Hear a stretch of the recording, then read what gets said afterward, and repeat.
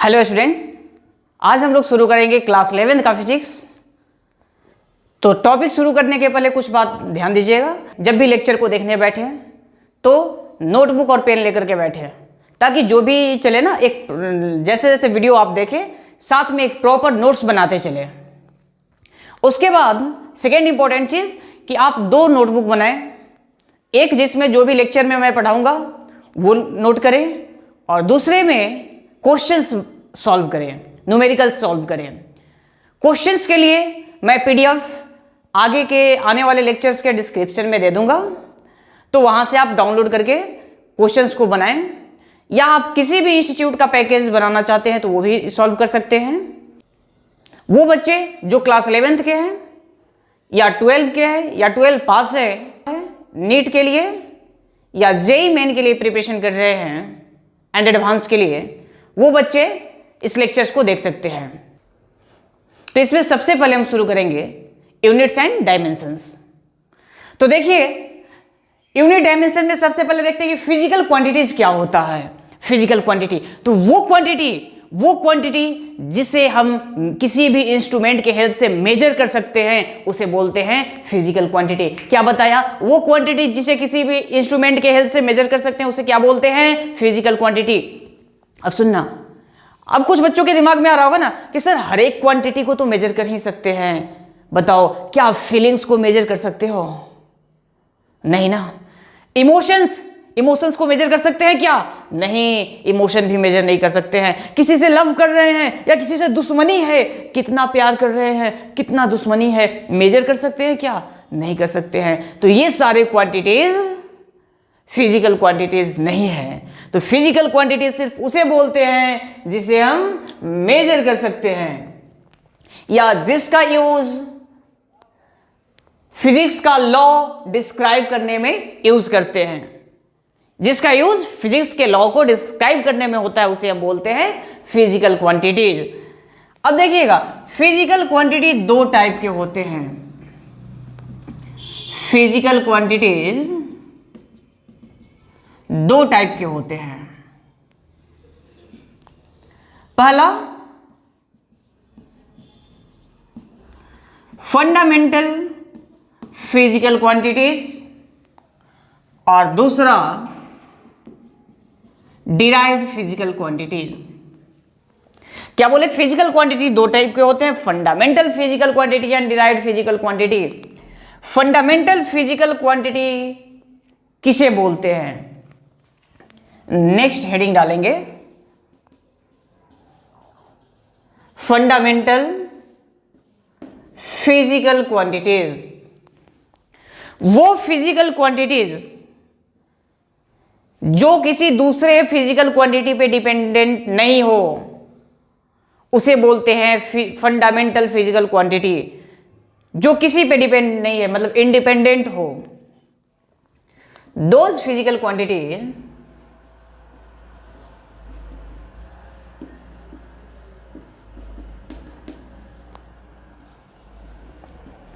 which are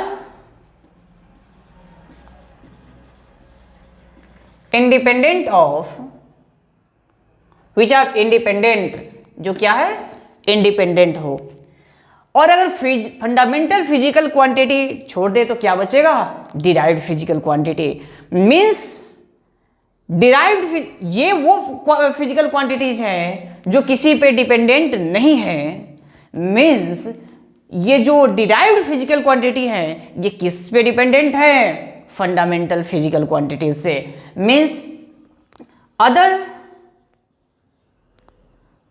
physical quantities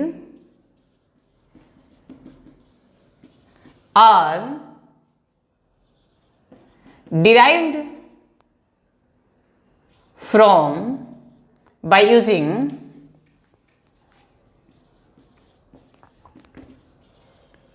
fundamental physical quantity.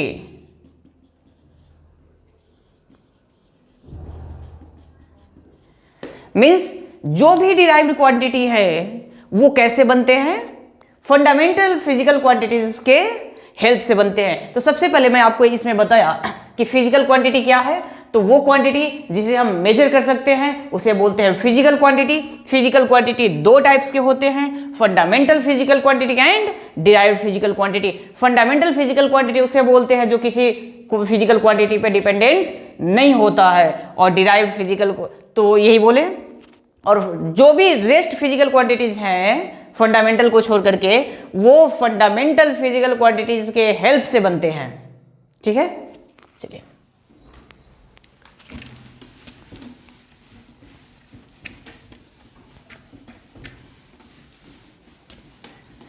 अब question है कि ये फंडामेंटल फिजिकल क्वांटिटीज कितने होते हैं। तो टोटल 7 होते हैं fundamental physical quantities.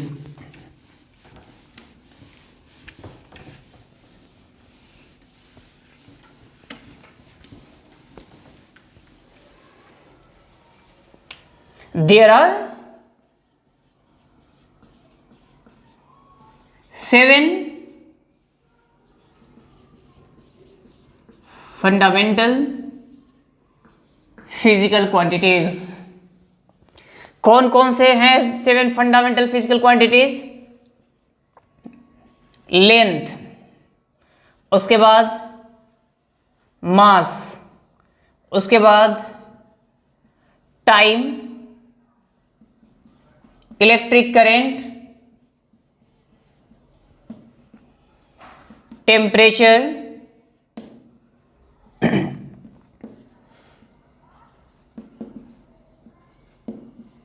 luminous intensity,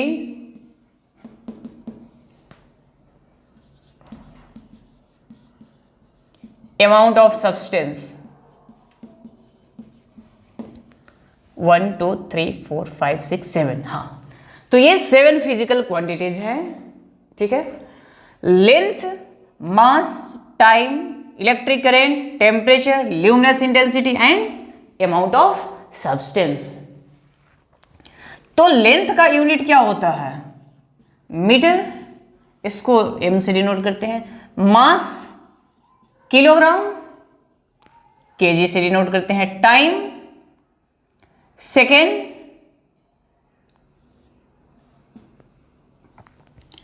और इसे टी से भी डिनोट करते हैं। Electric current ampere, ampere. Temperature kelvin. Luminous intensity candela. Luminous intensity से लाइट्स वगैरह का मेजरमेंट करते हैं, आगे हम लोग पढ़ेंगे कि क्या होता है, कैसे होता है। और अमाउंट ऑफ सब्सटेंस मोल। तो ध्यान रखिएगा कि क्या हमारे पास टोटल बस यही 7 फिजिकल क्वांटिटीज है। इसी 7 फिजिकल क्वांटिटीज के हेल्प से बहुत सारे डिराइव्ड क्वांटिटीज का स्टडी हम लोग करते हैं, तो वो सब आगे देखेंगे। लेकिन फिजिकल क्वांटिटीज यही 7 हमारे पास है। और ये ध्यान रखिएगा कि 7 फिजिकल क्वांटिटीज क्या क्या है और उनका यूनिट क्या क्या है।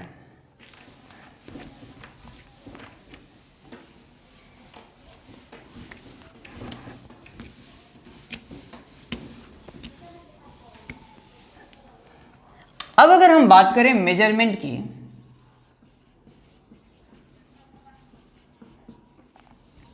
तो मेजरमेंट का 2 मेथड हमारे पास है। सबसे पहला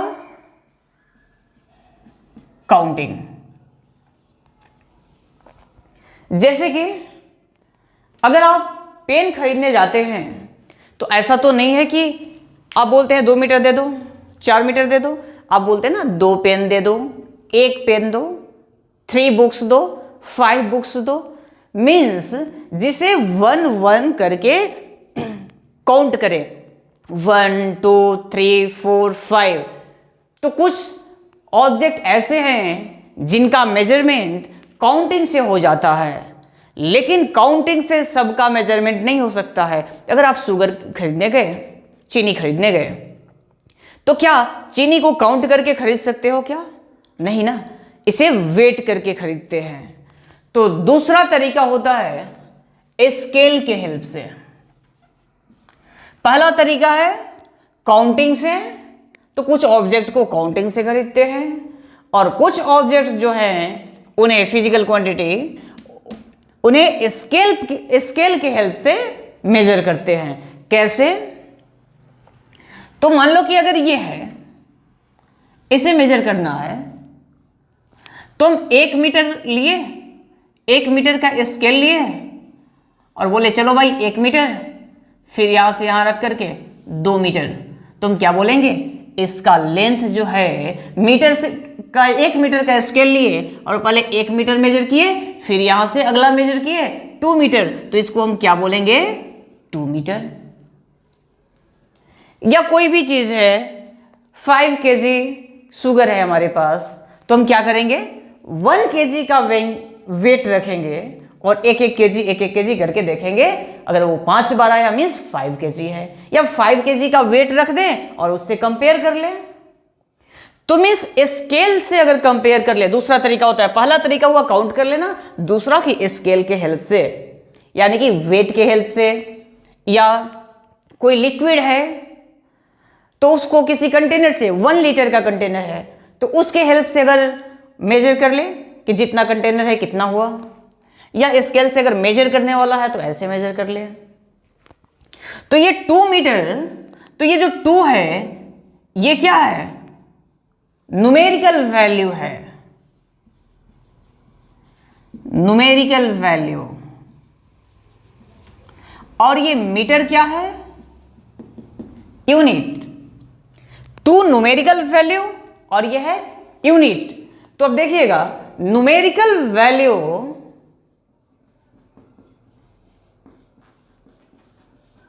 प्लस यूनिट, ये मिलकर के क्या बनाएगा? न्यूमेरिकल वैल्यू प्लस यूनिट मिलकर के बनाया मेजरमेंट ऑफ फिजिकल क्वांटिटी। ठीक है, न्यूमेरिकल वैल्यू प्लस यूनिट मिलकर के क्या बनाता है? फिजिकल क्वांटिटी का मेजरमेंट। ये कंप्लीट चीज क्या है? मेजरमेंट। ठीक है,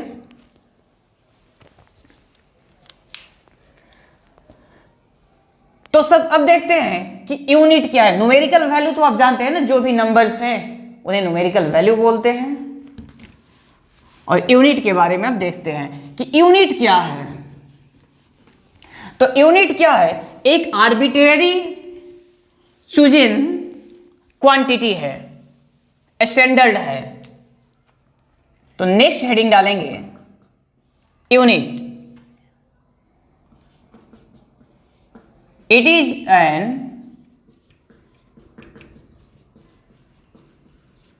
arbitrary chosen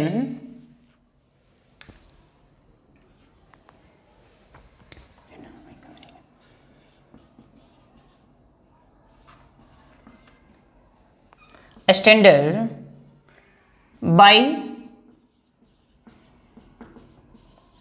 comparing it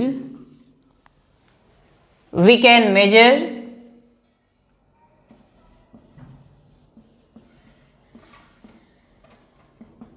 physical quantity. ठीक है, यूनिट क्या है? तो ये आर्बिट्रेरी चूजन एक स्टैंडर्ड है। क्या है? यूनिट एक आर्बिट्रेरी चूजन स्टैंडर्ड है जिससे कंपेयर करके हम फिजिकल क्वांटिटीज का मेजरमेंट करते हैं, उसे ही बोलते हैं यूनिट। अब देखते हैं कैरेक्टरिस्टिक्स ऑफ यूनिट। यूनिट के क्या क्या कैरेक्टरिस्टिक्स होने चाहिए? तो सबसे पहला, वेल डिफाइंड यूनिट होना चाहिए। वेल डिफाइंड कहने का मतलब कि ऐसा, अगर मान के चलो कि हम 1 मीटर, हम बोले कि भाई मेरा यहां से यहां तक ये लेंथ है, ये 1 मीटर है। कोई और बोलेगा कि नहीं मेरा लेंथ यही 1 मीटर है। तो कैसे मानेंगे कि ये 1 मीटर है या ये 1 मीटर है? तो इसके लिए वेल डिफाइंड होना चाहिए, मतलब कोई एक प्रॉपर डेफिनेशन होना चाहिए कि 1 मीटर किसको बोलेंगे। ठीक है, यूनिट ऐसा होना चाहिए। नहीं तो मान लो कि चलो भाई सब लोग मिल करके बताए कि ये है 1 मीटर एक लेंथ, कहीं रख दिए, कल को कोई गया कट करके इतना बना दिया, अब बताओ कल से तो मीटर ही बदल जाएगा। अगर ऐसे ही चुन करके बस रख देते तो ये तो मीटर ही बदल जाएगा ना। तो इसका एक प्रॉपर डेफिनेशन होना चाहिए कि कोई अगर बाद में चेंज भी कर दे तो हम फिर से बता सके ना कि ये गलत है, यहां तक ये होना चाहिए। ठीक है, तो सबसे पहले वेल डिफाइंड होना चाहिए। दूसरा चीज means characteristics, first characteristics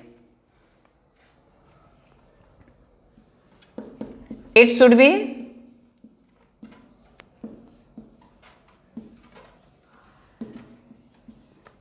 well defined.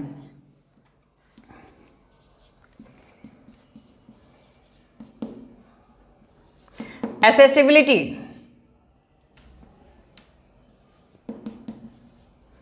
next invariability, next convenient in use। सबके बारे में देखते हैं।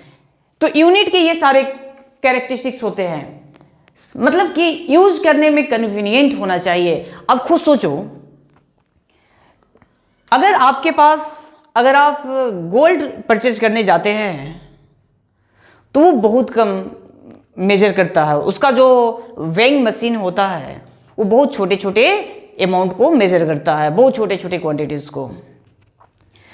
और जिस वेट से अगर हम गोल्ड को परचेज करते हैं, क्या उसी से शुगर परचेज कर सकते हैं क्या? तो नहीं। या आप अपने कॉपी में अगर मेजरमेंट के लिए देखें तो आप कॉपी में, बुक्स वगैरह में रहता है ना कि जूनियर क्लास में एक लेंथ दिया हुआ रहेगा, लाइन का लाइन सेगमेंट दिया हुआ रहेगा और बोलेगा इसे मेजर करके बताओ। तो इसे हम क्या चीज से, स्केल से मेजर करते हैं, जो एक 15 सेंटीमीटर या जो भी आप लोग यूज करते हैं, एक स्टैंडर्ड साइज स्केल होता है, उससे मेजर करते हैं। अगर इसी स्केल से 15 सेंटीमीटर के स्केल से हमें बोल दिया जाए रोड मेजर करो, तो खुद सोचो कि मेजर करते करते हालत खराब हो जाएगा। तो क्या वो कन्वीनियंट मेथड है क्या? नहीं। मीन्स हमारा यूनिट ऐसा होना चाहिए जो कन्वीनियंट है। तो जैसे कि कॉपी पे मेजर करना रहता है तो छोटे वाले स्केल से मेजर करते हैं, कपड़ा मेजर करना होता है तो 1 मीटर वाले टेप से मेजर करते हैं। अगर कोई लैंड का टुकड़ा, जमीन का कोई टुकड़ा मेजर करना है तो उसके लिए हम लोग 50 फीट या 100 फीट के स्केल से मेजर करते हैं, टेप से।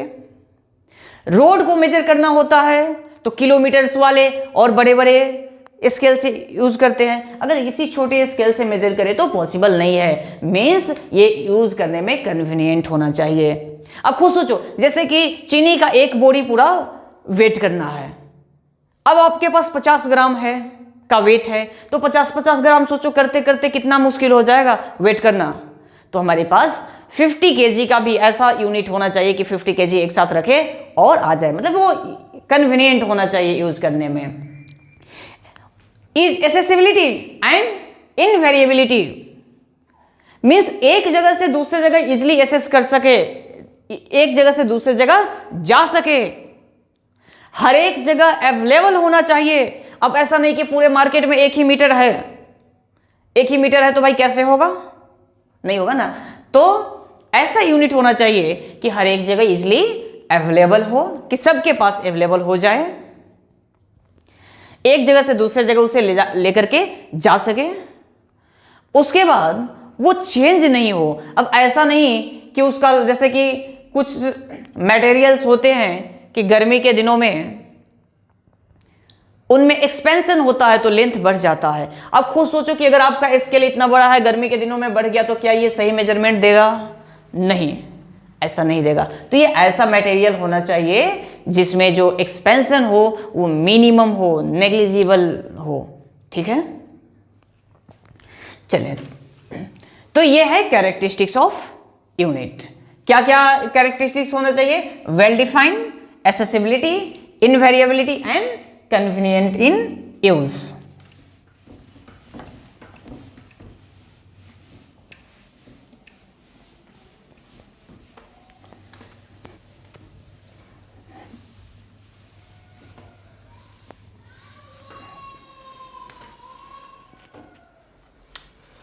नेक्स्ट हेडिंग डालते हैं सिस्टम ऑफ यूनिट। ये सब आप लोग लोअर क्लास में भी पढ़े होंगे, जिसमें एफपीएस, नेक्स्ट देखेंगे CGS, MKS and then SI. FPS क्या होता है? इसमें foot, pound and second unit होते हैं। आपको मालूम है कि फुट से लेंथ को मेजर करते हैं, पाउंड से वेट मेजर करते हैं, मास, सेकेंड से टाइम मेजर करते हैं। सीजीएस में अगर हम देखें तो सेंटीमीटर लेंथ के लिए, gram and second for time. MKS में metre, kilogram, KG and second. और एसआई सिस्टम जो है इंटरनेशनल सिस्टम, ठीक है। अब देखिएगा, जब यूनिट हुआ, अब ये था कि जैसा हो सकता है कि आप लोग जानते हो और नहीं जानते हो तो जान ले। जैसे कट्ठा जो होता है ना, जमीन जो मेजर करते हैं, वो कट्ठा कोई फिक्स्ड यूनिट नहीं है। उसमें क्या है, कहीं का एक कट्ठा कुछ होता है, कहीं और जाओ तो एक कट्ठा वेरी करता है, कहीं किसी किसी जगह पे एक कट्ठा जो है 1360 स्क्वायर फीट का होता है। कुछ रीजन्स में जाओ तो ये हर एक जगह 1360 स्क्वायर फीट का कट्ठा नहीं होता है, ये चेंज होता है। अब खुद अगर आप देखेंगे ना, तो क्या वो एक प्रॉपर यूनिट है? क्या नहीं है। मीन्स आप कंफ्यूज हो जाओगे कहीं जाओगे तो, कि उसका एक कट्ठा कितना है, आपके लिए इमेजिन करना मुश्किल हो जाएगा। आप नहीं बता सकते हैं कि एक कट्ठा का मतलब इतना ही होता है, क्योंकि वो एक अलग तरीके से मेजर किया जाता है। वो इवन कि हर एक एरिया वाइज वेरी करता है। तो ऐसा नहीं होना चाहिए। सारी कंट्री मिलकर के एक सिस्टम तैयार किए कि इसके अनुसार हम लोग आपस में कोई भी चीज एक दूसरे से लेंगे या देंगे। मीन्स वो यूनिट सबके यहां सेम होगा, कॉमन होगा। तो इसमें जो फिजिकल क्वांटिटीज थे, length, mass, time,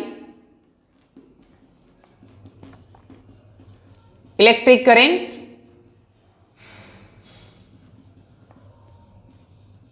temperature,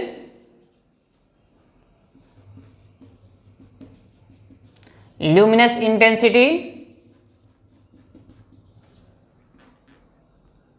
amount of substance.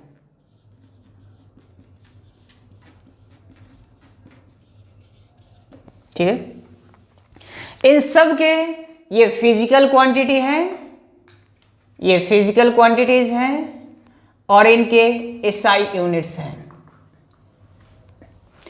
तो इन सभी फिजिकल क्वांटिटी के एसआई यूनिट आप याद रखें। हम अधिकतर कैलकुलेशन जब करेंगे तो एसआई यूनिट सिस्टम में करेंगे, ठीक है। तो इसीलिए तो लेंथ का एसआई यूनिट होता है मीटर, मास का केजी, टाइम का सेकेंड, इलेक्ट्रिक करंट का एम्पियर, टेम्परेचर का केल्विन, ल्यूमिनस इंटेंसिटी का कैंडेला, और अमाउंट ऑफ सब्सटेंस का मोल। तो ये फिजिकल क्वांटिटीज के ये एसआई यूनिट्स हैं।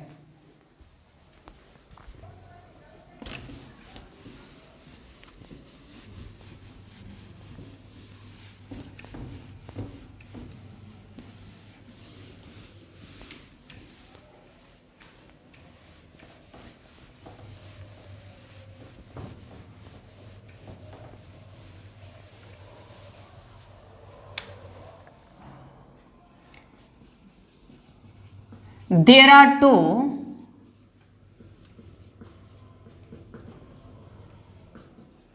Supplementary physical quantities. अच्छा, सप्लीमेंट्री का मतलब क्या होता है? एक्स्ट्रा। मीन्स जो फिजिकल फंडामेंटल फिजिकल क्वांटिटीज थे ना, जो फंडामेंटल फिजिकल क्वांटिटीज थे, जितने भी क्वांटिटी हैं फिजिकल क्वांटिटी, उन सब को फंडामेंटल फिजिकल क्वांटिटी के हेल्प से डिराइव कर सकते हैं। ठीक है, जितने भी फिजिकल क्वांटिटी हैं सबको फंडामेंटल फिजिकल क्वांटिटीज जो 7 अभी हम लोग देखे थे उनके हेल्प से डिराइव कर सकते हैं। लेकिन दो ऐसे फिजिकल क्वांटिटीज हैं जिनको फंडामेंटल फिजिकल क्वांटिटी के हेल्प से डिफाइन नहीं कर सकते हैं, डिराइव नहीं कर सकते हैं, तो इसलिए अलग से हम इसके बारे में पढ़ते हैं। To supplementary physical quantity, first phase angle, ठीक है, एंड सेकेंड सॉलिड एंगल। ये फेज एंगल क्या होता है? जो 2D सिस्टम में हम लोग पढ़ते हैं ना, एक लाइन ये है, एक लाइन ये है, अगर ये रेडियस r है, एंगल थीटा है, ठीक है, तो ये एंगल जो है इसे बोलते हैं फेज एंगल। फिर दिमाग में आया कि सर ये सॉलिड एंगल क्या हुआ? तो अगर 3D में है, सॉलिड एंगल कहां पे होता है? 3 डायमेंशनल में। जैसे कि ऐसा है, एक कोन है, इसका जो एंगल होगा ये होगा सॉलिड एंगल। ठीक है, आप समझ पा रहे हैं ना कि इस टाइप का शेप हो, इस टाइप का शेप हो, तो ये कोन है, तो ये 3 डायमेंशनल एंगल है, या कोई ऐसा रहे,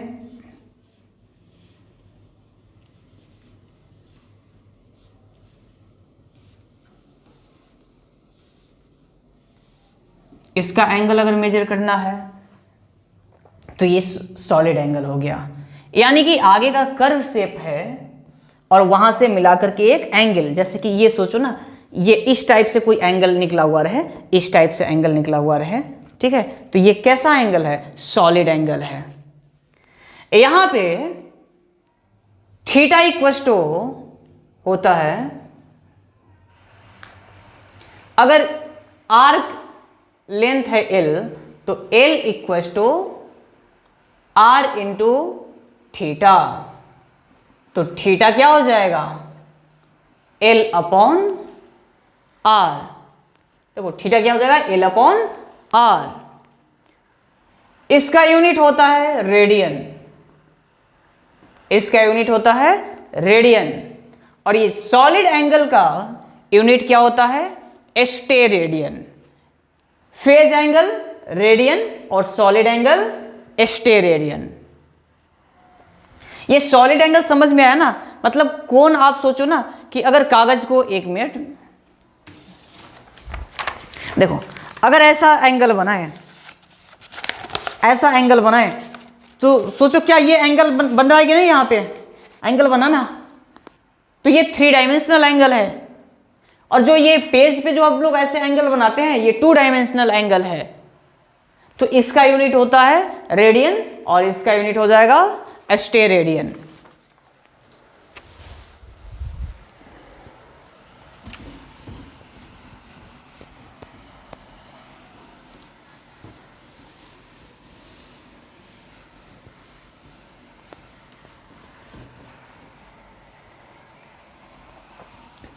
next, derived physical quantity, derived physical quantities. तो डिराइव्ड के बारे में पहले ही डिस्कस कर चुके हैं, वो फिजिकल क्वांटिटी जो फंडामेंटल फिजिकल क्वांटिटी के हेल्प से बना हो, मतलब फंडामेंटल फिजिकल क्वांटिटी से डिराइव हुआ हो। Those physical quantity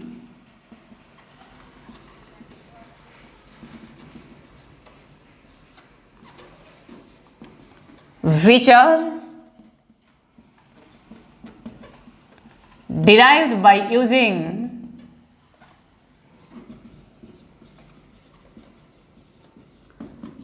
fundamental physical quantities are called derived physical